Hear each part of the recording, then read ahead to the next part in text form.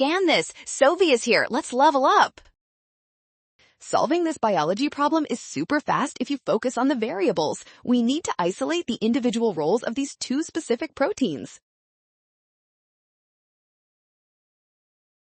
To isolate the individual roles of BRCA2 and MILB2, we must change our experimental design. Currently, we only know what happens when both proteins are either fully functional or totally broken.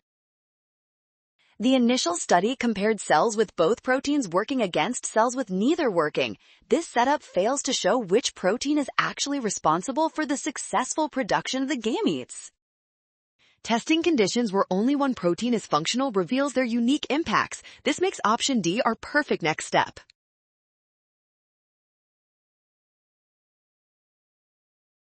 Well done! Scan the code. You can learn better with Sovi. Avoid the rush and trust the given data to find the right variables.